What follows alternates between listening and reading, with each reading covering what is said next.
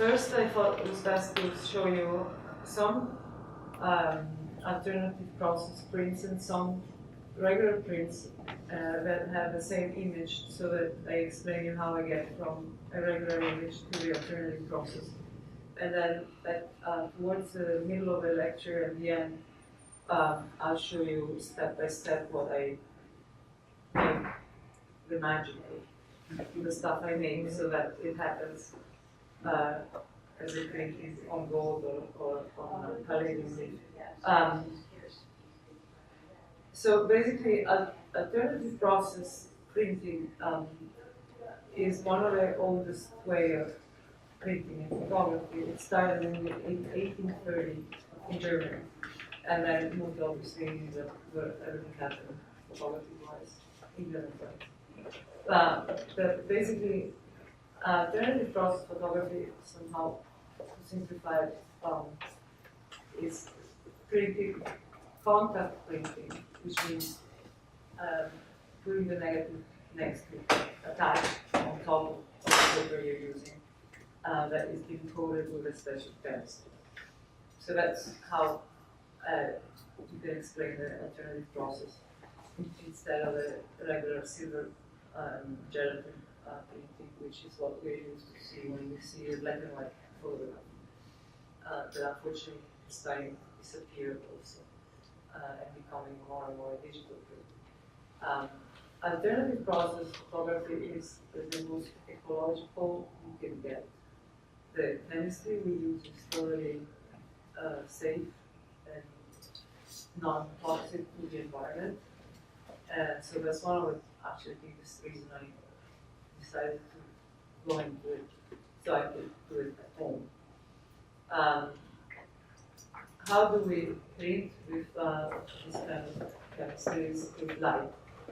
It could be sunlight, or it could be UV lights on a tube format, or like the latest I have is a machine that you see a picture of that projects light.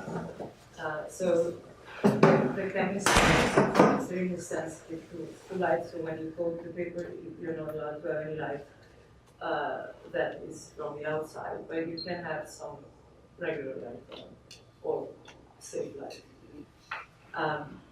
This first image is just a memory. It's actually where my family comes from in Italy, and it's a photograph that I found on my father's cabinet, and it was a big black and white print from the 70s of the facade of our place. And I transformed that in a digital negative, the same size as the original print. And then I made it a cyanotype print. You see the blue on the sides. And I, for the first time, tried on metal, because from the early beginning, after I did a couple of weeks of printing on paper, I said to myself, I want to print a gold leaf. I don't know why it happened. I said to my teacher, can we print on metal? Because she was allowing us to try different surfaces. So before I get to the gold, I tried on aluminum, and there is a sample. This is aluminum leaf with a cyanotype. But this is already palladium leaf, which is actually more expensive than gold leaf. And unfortunately, you don't see from very close the squares like in the over pieces. And I did about 5 attempts with 5 different backgrounds. I'm not going to show you because otherwise it would be too long. And this was the first one that finally came out. And to have the chemistry adhere to the surface, I came up with a different experiment, and the most successful has been a gelatin. It knocks gelatin for cakes. That's what it is. So, because the surface is extremely slippery, and so you can put the chemistry, let it dry, and then you get the print, and then you go to the developer and you have this amazing print coming out, and then it's like a ghost, it disappears. It's not stable, so till I didn't get with the gelatin knocks situation working, not all prints would stay. It was really trustworthy. So here we go. This is the image I used to produce this print. So this is a gigantic oak tree in Tuscany that is actually dead. And the few photographs, photographers have gone to photograph because it's quite striking. And this has been my most successful negative, and the ones I use the most for the beginning, for experimenting. So this was actually the first ever print of gold leaf. I was going to exhibit it here, but the frame is an original 19th century piece that is extremely fragile, so I decided to instead show this one. As you can see, Palladium platinum, I say Palladium platinum because some of the prints have also some drops of platinum, are warm tones, almost like brown Van Dyke or burnt siennas or burnt amber tones, and instead of a black and white photograph that is more gray tones. So I think that's another attraction that I was very attracted to. This is a olive tree in Tuscany. It's a gold version of the silver version you had outside. And in here you have some gold that is aged on the top, and there is some control on that, and there is almost no control. So an overview that is important to say is that none of these prints are doubles; they're all unique. Even if I put the same time on the exposure machine, even if I put the gold the same way, the same gold, the same gelatin, I have no idea. Each time it's either coming out or not coming. So I lose about 50% of the prints, which means in the garbage. It's very hard. This is a particular print that I love, that it's exhibited on the beginning, on the left. It's not only gelatin, but it's also albumen. So it has an amazing texture. If you look at it with a loupe, it's like a craquelé, but it's not cracked. It's just an effect of craquelé, but it's not cracked. So it almost resembles a 19th century etching. It's very small. It's only 5.5 by 5.5, but it's I think very powerful. Okay, here we are finally in Saugerties. So this is absolutely the last negative I've worked on this week. I have a series of 10 images that I will work on from now on because I just shoot these pictures. And by the way, most of the pictures are shot in medium format. So it's a Rolleiflex camera, very old. It's a miracle it works. And I have to shoot them in color because you get much more details than if you shoot in black and white. Then I scan the image and then I work on it in Photoshop and then I produce a digital negative. We'll see some negatives later. And here it's the same image, first print in gold. I didn't have time to photograph the black and white upstairs because I literally printed first thing morning. So that was my aspect before we go. So I don't know, I prefer much more in gold than in color, but maybe it's my eye at this point is used to the black and white and the colors.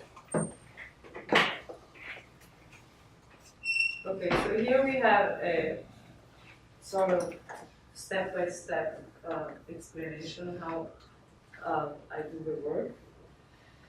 As a surface, I worked out that platinum paper from ash is the best. There is no way to speed it up. It's a cotton wrap paper, so it's extremely stable. It doesn't curl, and you can wet it 20,000 times and it doesn't part. And I'm preparing the surface for the palladium and gold leaf background, and I coat the paper with a mix of gesso, pigment, and color, and some mica, so it's already a little reflective. And then when I'm done with the coating, I start drawing up square by square, because I like to do every over one with the sizing, and not do the whole page because then you lose a lot of gold or whatever palladium. Can you explain that? That you put it in the square? You see the squares here? I have masking tape around. You see the glossy ones? Yeah. So those are the ones that I coated with this material that is gold leaf emulsion. And I do first this with the gold, and then when those are done, I pull out the tape, reverse it, and do the opposite side. You see here?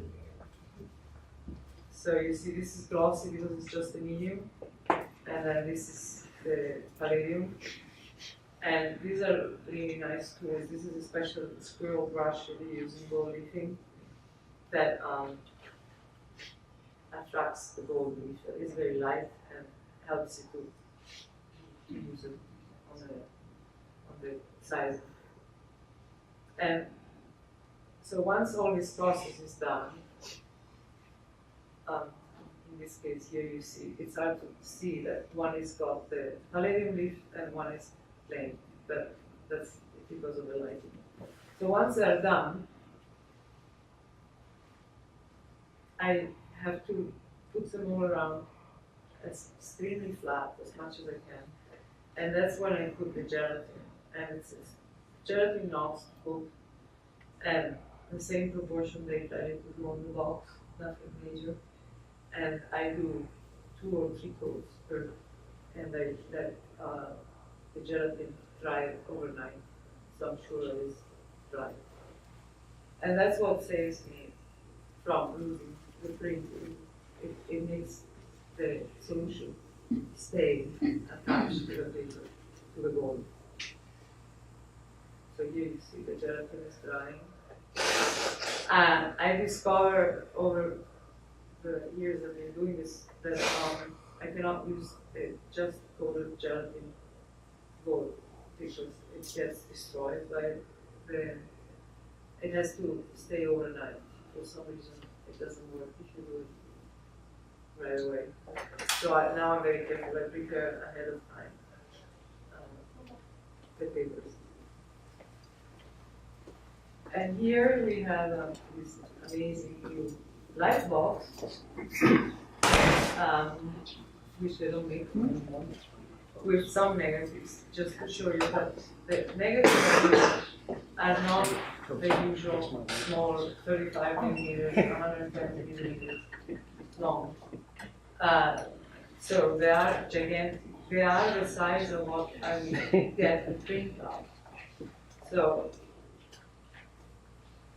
for instance, here it's very clear. You have a negative that is almost 12 inches by 12 inches. This is the actual print on gold leaf, which is exhibited outside, and this is just the plain gold, ready to go. So the only digital process I do in my work is the negative. There's some extremely old-fashioned photographers that use only large format negative to print this kind of. This is the Newark.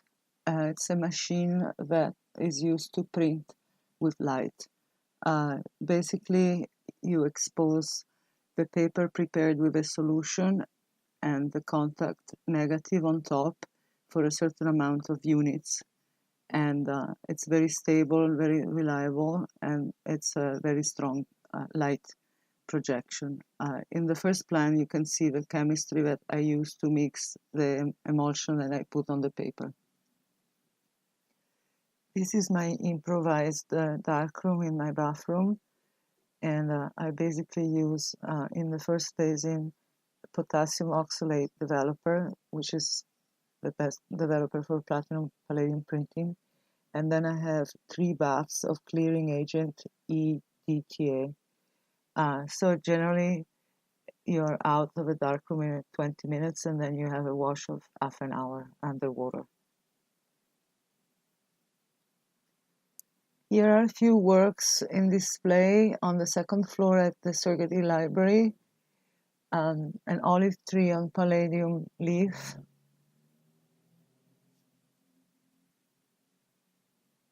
a oak tree shot in Tuscany on gold leaf, 22 carats, 3 different images of sunflowers on different backgrounds. The first image of Saugerties, the Saugerties Bridge on gold leaf, that's a small print. And here is a larger version on a palladium leaf. This is a 12 by 12 image. This mango tree is very special. It's printed on gold leaf, 22 carats, and not only with gelatin, but also with albumen, so it became like an image with a mosaic texture. This image is a war tank that I shot in Poland, and it's the beginning of a new series.